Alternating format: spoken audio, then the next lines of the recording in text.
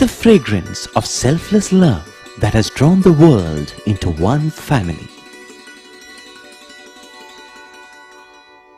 The truth of an eternal message that has been revealed through every act and word. The fulfillment in service that has been taught by relentless sacrifice.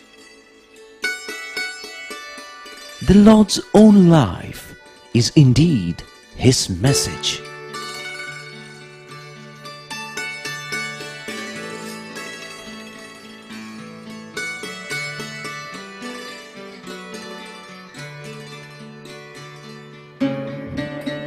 Sai Ram, and welcome to the third episode in our serial presentation entitled Message of the Lord. This serial is being specially broadcast to help us all get spiritually tuned in preparation for our beloved Swami's 85th birthday. The first two episodes were mainly curtain raisers, largely meant to set the mood for what we are about to present starting today, which is mainly centered around Bhagwan Baba's teachings. Let us begin by taking a look at how life treats different people. Some are very wealthy.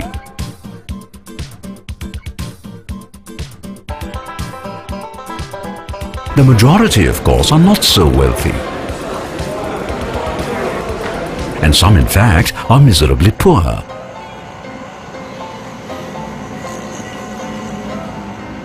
Nevertheless, the fact is that whether a person is rich or poor, hardly anyone is truly happy. Superficially, the wealthy do appear to be having a nice time. And by contrast, misery seems to be a constant companion of the poor.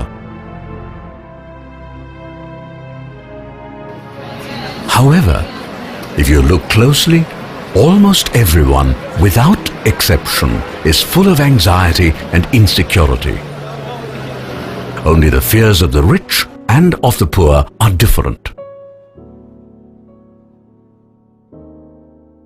At the same time, there are a few people who seem to be quite happy all the time, without a care in the world.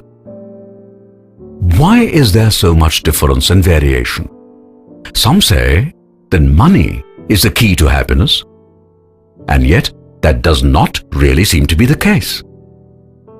At best, all that money seems to guarantee is temporary pleasure. What then is the secret of real happiness?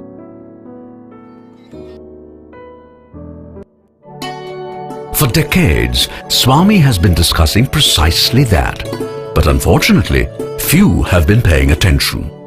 So, let's make up for lost time and try to get a crash course on the essential aspects of Swami's teachings. These days, almost everyone, both the rich and the poor, is cut off from nature. It is all so crowded everywhere.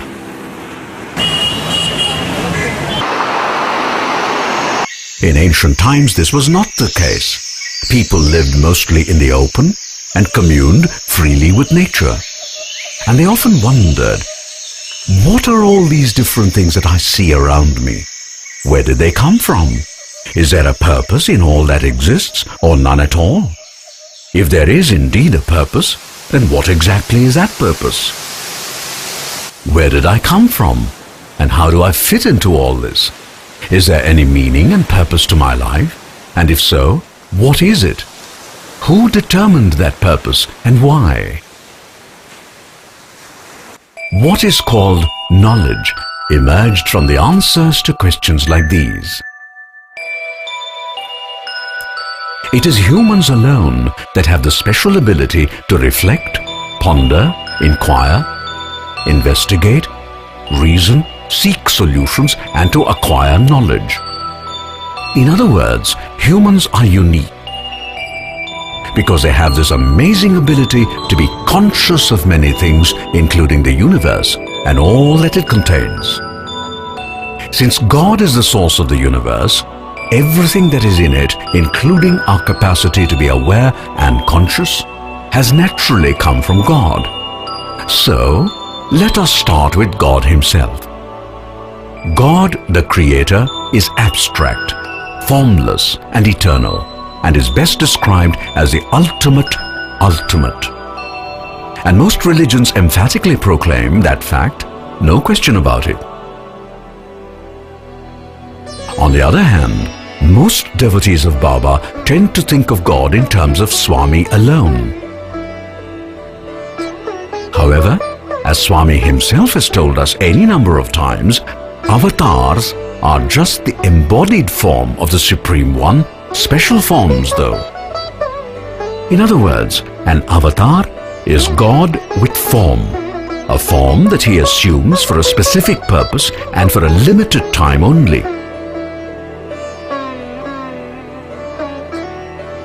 At the abstract level, Almighty God, the Supreme One, call Him what you will, is nothing but pure consciousness. That is why the Vedas declare Prajnanam Brahma, which literally means God is absolute or pure consciousness. Since God is pure consciousness, and since everything, including us, has come from Him, it is natural that some aspects of consciousness are present in creation also. However, consciousness is not visible to the eye, and we therefore cannot see it, nor can we detect it with instruments either. Consciousness is thus beyond the senses. That is the first lesson we must learn. Nevertheless, this consciousness is present everywhere in the universe. Further, its power is immanent in everything in the universe, from the cosmos to volcanoes, cyclones, avalanches, tigers, elephants, and even the tiny ant.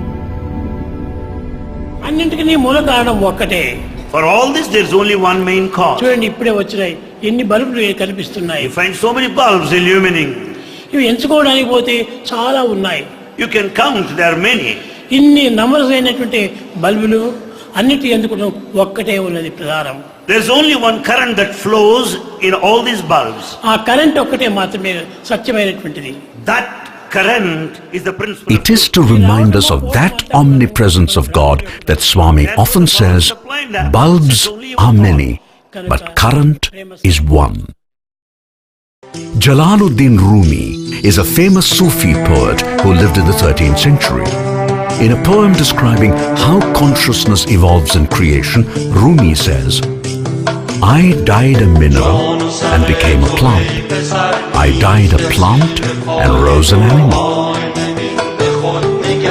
I dyed an animal and I was a man. Why should I fear? When was I less by dying? Yet once more shall I die to soar with blessed angels. But even from angelhood I must pass on. All except God perishes. When I have sacrificed my angel soul, I shall become that which no mind ever conceived. Oh, let me not exist, for non-existence proclaims, to Him we shall return. The question now becomes, are we aware that we have come from God and that life in the human form has been given to us so that we may go back to God? I'm afraid that most of us do not know that. Baba adds that on the contrary, we waste our lives without even bothering to inquire about such matters.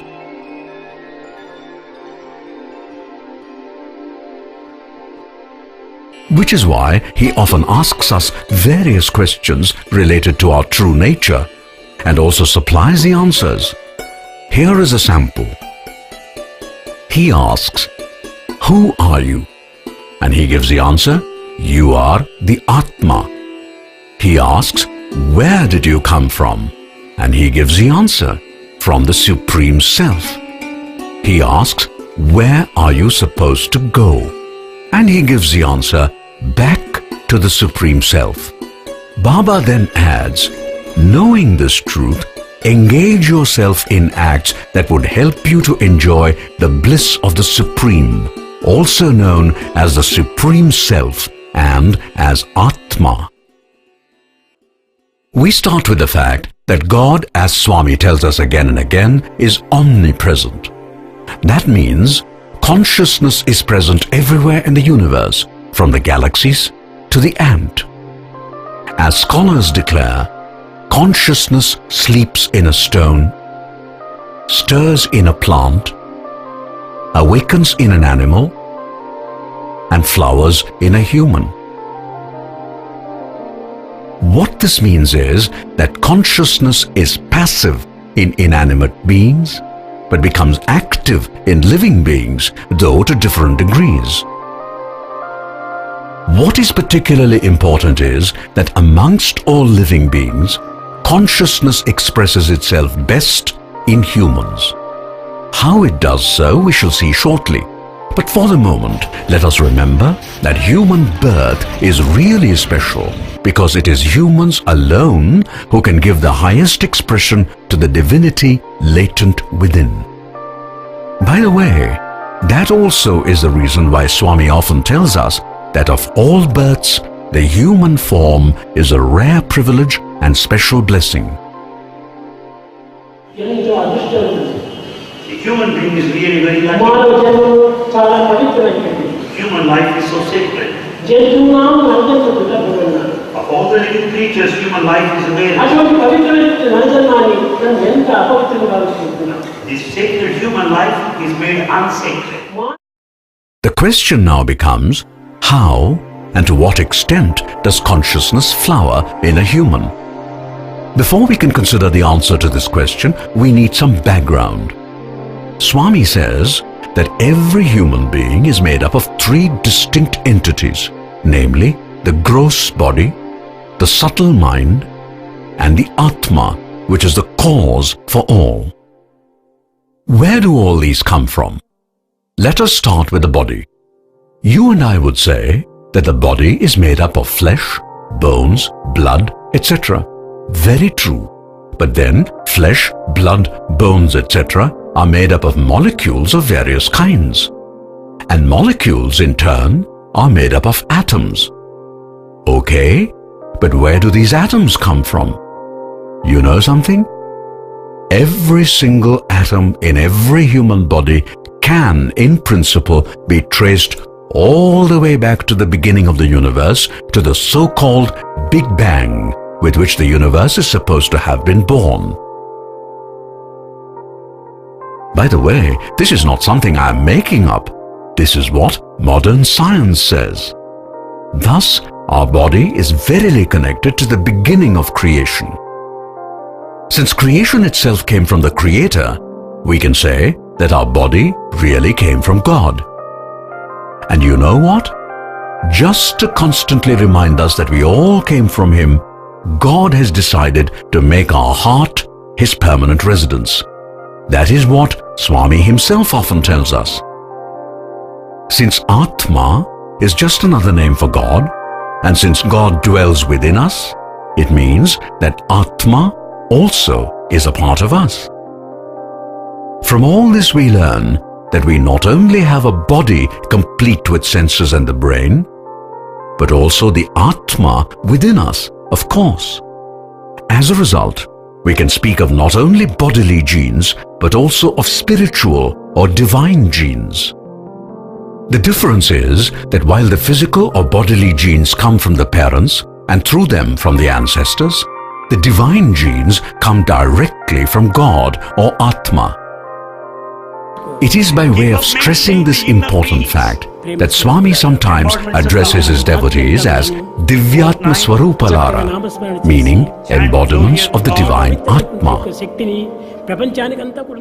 We are now left with the question, we also have a mind, don't we? Where does that come from? You are all aware that even animals have brains, which is a part of the gross body of the animal concerned.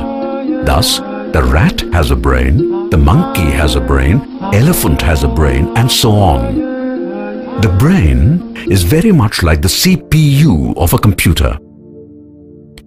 Humans, who are the end product of biological evolution, have also a brain, a very powerful brain, in fact. But they also have something much more than a mere brain, and that something is the mind. It is difficult to describe the mind, but we all know that we have it. The mind is not merely the brain, as many think it to be. Rather, it is something extra that is subtle, and between the gross body and the causal Atma. One may thus think of it as interface between the body and the Atma, an interface that has evolved by the brain of the body and the Atma growing towards each other, shall I say? The mind is extremely powerful, especially since part of it has grown out of the Atma, so to speak. So powerful is the mind that in Gita, Krishna tells Arjuna, "Among the senses, I am the mind, and in living beings, I am consciousness." It is this power of the mind, directly derived from the Atma, that helped humans to quickly rise above primitive existence and within a few thousand years to reach amazing heights. In fact, so high have humans soared that they have now begun to totally dominate the planet. Remember, all this happened because of the power endowed to the mind by God. Now, the mind is remarkable in that it can focus attention not only on the world outside, but also look within. Thus it is that the mind can ask, "Who am I?" A question that Bhagavan Baba often raises and discusses in his discourses. To you and me, this question may sound strange. But when Swami is raising this question, what he is asking is the following. Of the three elements that make up your personality, namely the body, the mind, and the Atma, which of these do you identify yourself with? You're not one person, but three. You are three. The one you think you are physical body. The one you think you are is a physical body. The one others think you are mental body. The one others think you are is mental. The one you really are Adhika. The one you really are is Atma, the spirit. You're an embodiment personification of the spirit. You're not merely the body. Body is like a water bubble. Body is like a water bubble. Mind is like a bad monkey. Mind is like a bad monkey. Don't follow the body. Don't follow the mind. Follow the conscience. Don't follow the body, don't follow the mind, follow the conscience. That is your true form. That is truth. That is principle of God.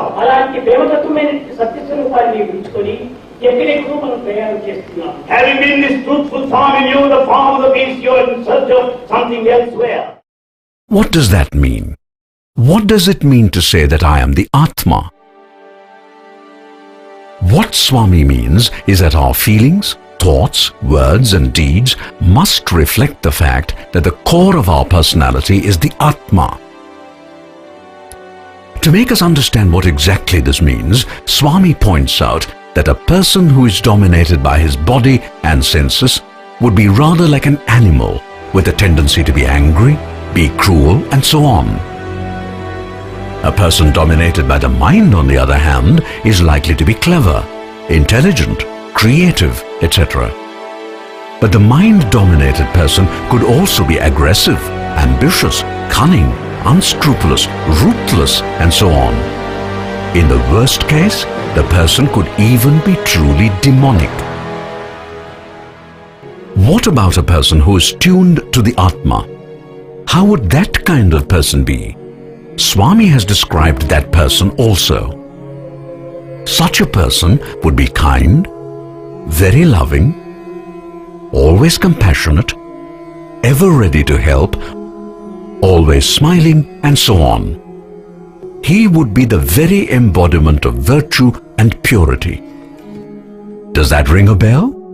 I'm sure it does. Yes, that description reminds us of Swami himself, does it not?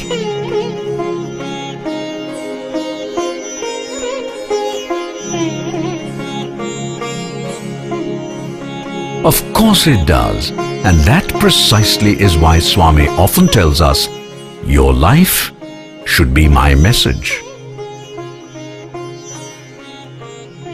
That is the simplest way of saying, love all, serve all. Do not even think of hurting a person. Always try to help and never be selfish, etc. We have heard all that so many times. And yet, how many people do we find who conform to these principles? Sadly, very few. And why is that? That's because the mind comes in the way and distracts our attention completely from Swami's teachings. As Swami often tells us, our mind can be a good friend and show us the way to God. On the other hand, that same mind can mislead us and hand us over to the devil. Thus, the mind can be a friend or a foe. If we are not careful, enemy is what the mind would become. So, it all comes down to this. What exactly should we do in order to prevent the mind from turning against us and instead steer us towards God? Well, the answer is simple. Follow Swami's teachings. So now you know why we are presenting this special teleserial wherein we recall many things that Swami has been telling us all these years. And to proceed further, we must have some idea of how, if we are not careful, the mind can trick and mislead. Let us say there is a tourist walking around in that part of a big city where there are many casinos, nightclubs and the like. The man sees a gambling den and feels the urge to go in and gamble, even though he does not have much money with him. This is what temptation is all about. Where exactly does this temptation come from? Baba says, temptation is a manifestation of a latent evil tendency lurking in the dark corners of the mind. That is where temptation hides like cockroaches do.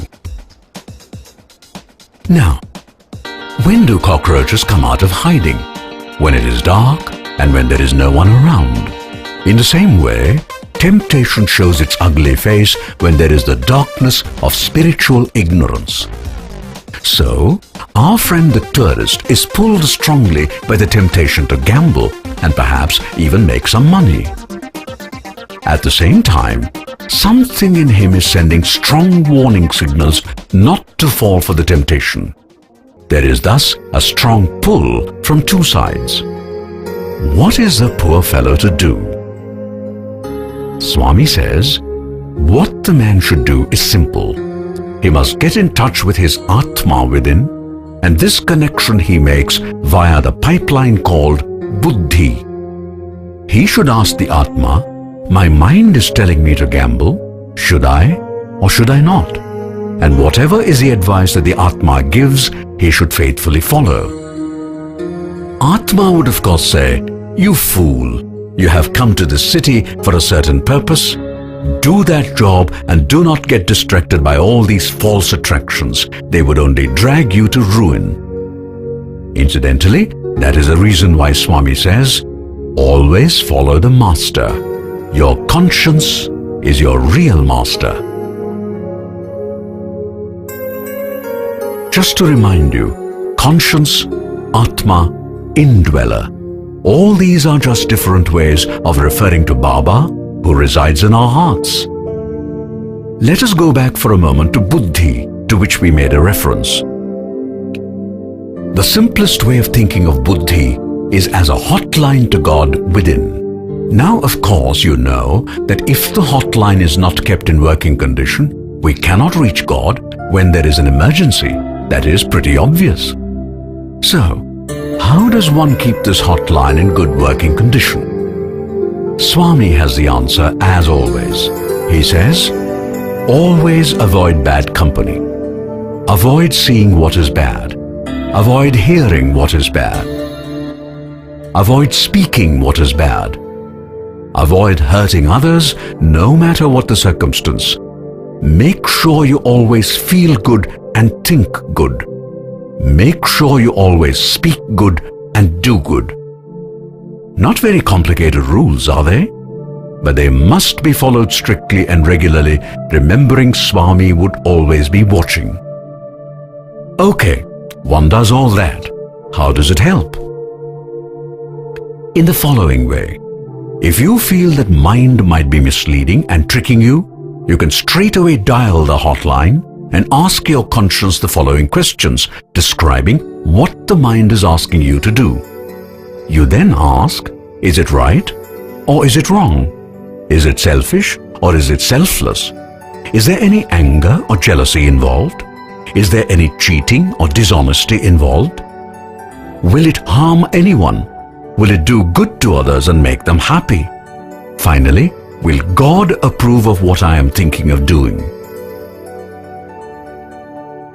If all these questions are asked in full sincerity and with the intention of staying true to Baba's teachings, you can bet that your conscience, which is nothing else but Swami himself seated in your heart, would guide you properly.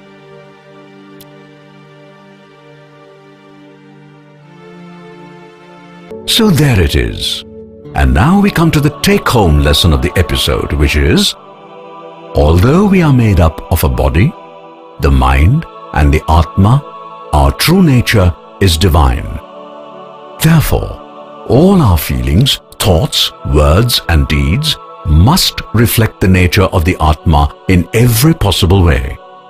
In turn, this implies that all our actions must be in full conformity with Satya and Dharma in all their aspects. As Swami would put it, your thought, word and deed must be totally pure and have the full fragrance of my love.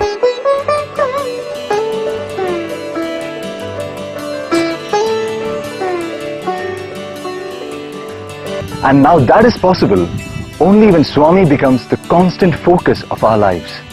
And why should he not be, considering that he has showered so much love on us all the time? Think about it. Thank you for being with us in this episode, and we hope that you will certainly join us again for the next episode. Jai Sai Ram.